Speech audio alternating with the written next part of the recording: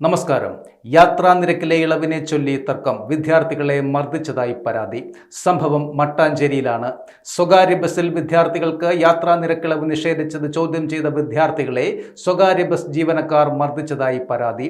Cochin college വിദ്യാർത്ഥികളായ SFI area secretary PH Musammil, Mattancherry local secretary Yasir Hameed എന്നിവർക്കാണ് മർദ്ദനമേറ്റത്.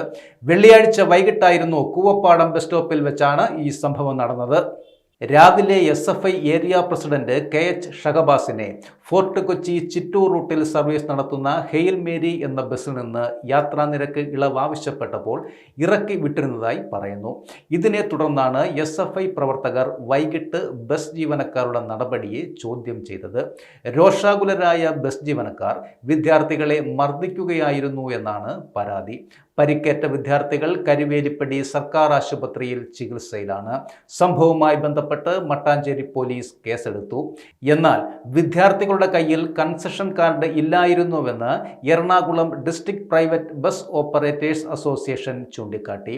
കണ്ടക്ടർ അനോഷിനെ മർദ്ദിച്ച വിദ്യാർത്ഥികൾക്കെതിരെ നിയമ നടപടികൾ സ്വീകരിക്കണം എന്നും association general secretary KB Suneer ആവശ്യപ്പെട്ടു.